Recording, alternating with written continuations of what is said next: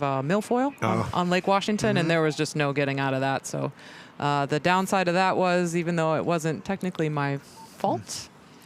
So they are starting that race without Miss Long. Yeah, here we go now in the opening stages of this singles race. Probably not going to see the same kind of ratings in these singles as we just saw coming down in the lightweight women's eights, but still strong starts from all of these athletes. It does look like we've gotten away cleanly in these remaining 5 boats. And again, if you're just tuning in, we did just lose one of our scullers. She had an unfortunate flip at the start, so she is not going to be taking part in this A final for the women's single. On the awards dock now, you have the Georgetown Hoyas that are getting their gold medal in that women's varsity lightweight 8 grand final, the Dennis Camrat Trophy being awarded to them.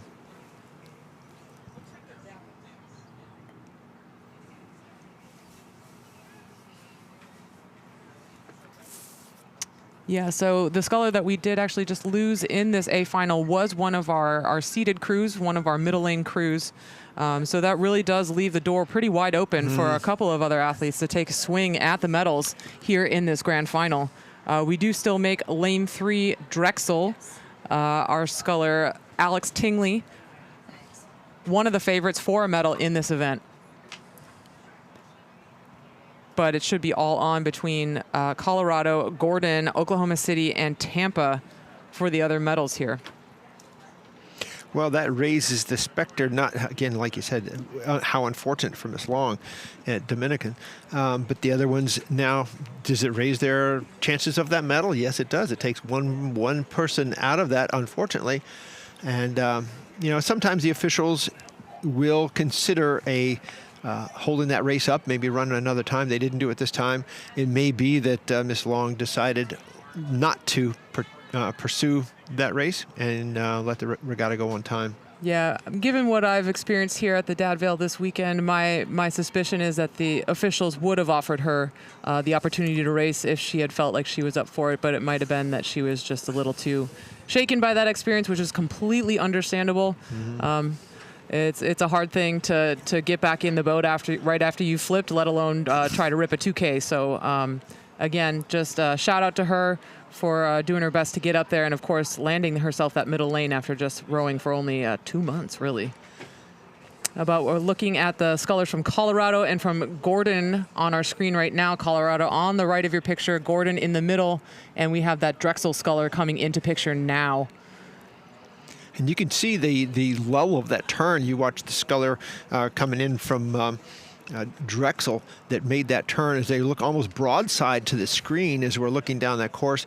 And then they make that sharp turn. They're using their leg drive to power around that one oar on their right side. Also using a little bit of the extra oomph, maybe a little bit less oomph on the left side to get that boat to turn. But that's not the easiest boat to turn, being almost 30 feet long with no steering. Yeah, so here's a nice picture of our Oklahoma City sculler, Ruthie Lacey, over in lane 5. And behind her at the top of your picture there is going to be Erin Hansen, the Tampa sculler.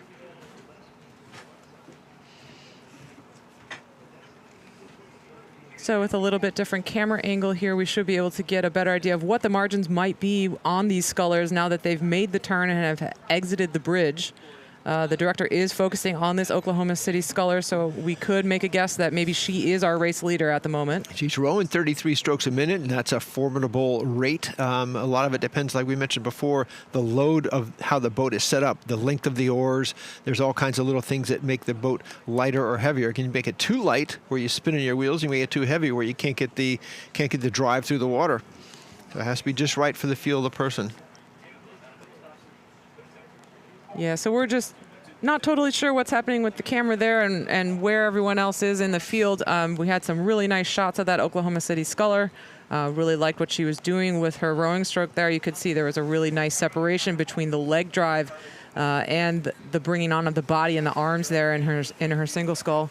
Yeah, looking down the course there, it looks like she is, in fact, the Miss Lacey is the one that is well out in front of the rest of the pack.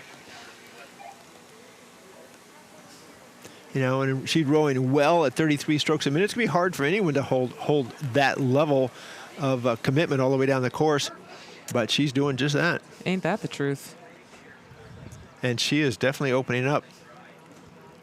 Yeah, from this picture, it does look like she has a very significant lead over the scullers in the lanes over to her right.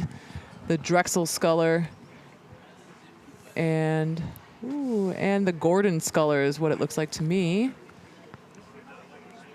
On your split screen, Yeah, you'll see the men's singles lining up there. And over closer into us, lane 1, Miss Mislinski from Colorado looks like she's also in the hunt for potential second place, and I would almost venture to say she is in second. And then you drop over to Drexel's Miss Tingley, potentially in third, but over on the far side of the course, Miss Hansen from Tampa also could be in a fight for a potential medal there.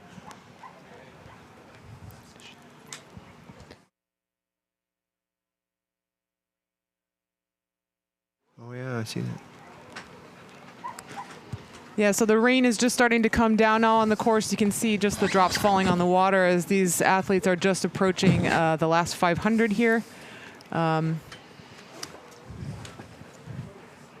camera is just focusing on that Oklahoma City sculler here, well out in front. Very, very handy margin for her that she's crafted for herself. That is the University of Tampa, Miss Hansen in the background when they were focusing on that over there in lane 6.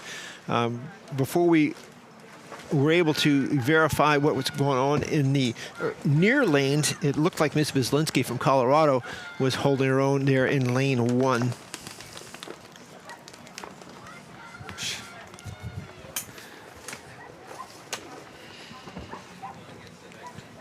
Yeah, but this camera angle is just showing kind of how vast this margin is that she has put together here. A very, very nice race executed by this Oklahoma City sculler. Ruthie Lacey just really, really dominant in this women's single field. As she is coming through the island and through these red buoys, she is rowing really on her own.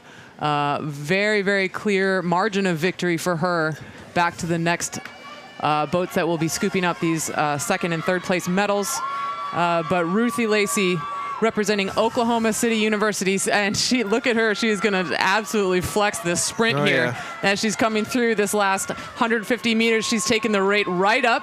She is going to see just how fast she can go today and really, really maximize her effort. Full sprint from Ruthie Lacey representing Oklahoma City University here at the Jefferson Dad Vail. She is going to run away with this trophy in the women's collegiate single. Yeah, 35, 36 strokes a minute. You think she would have aspirations on trying out for one of the upcoming national teams somewhere along the way. Yeah, and here we go with the Gordon sculler now coming by the commentary box.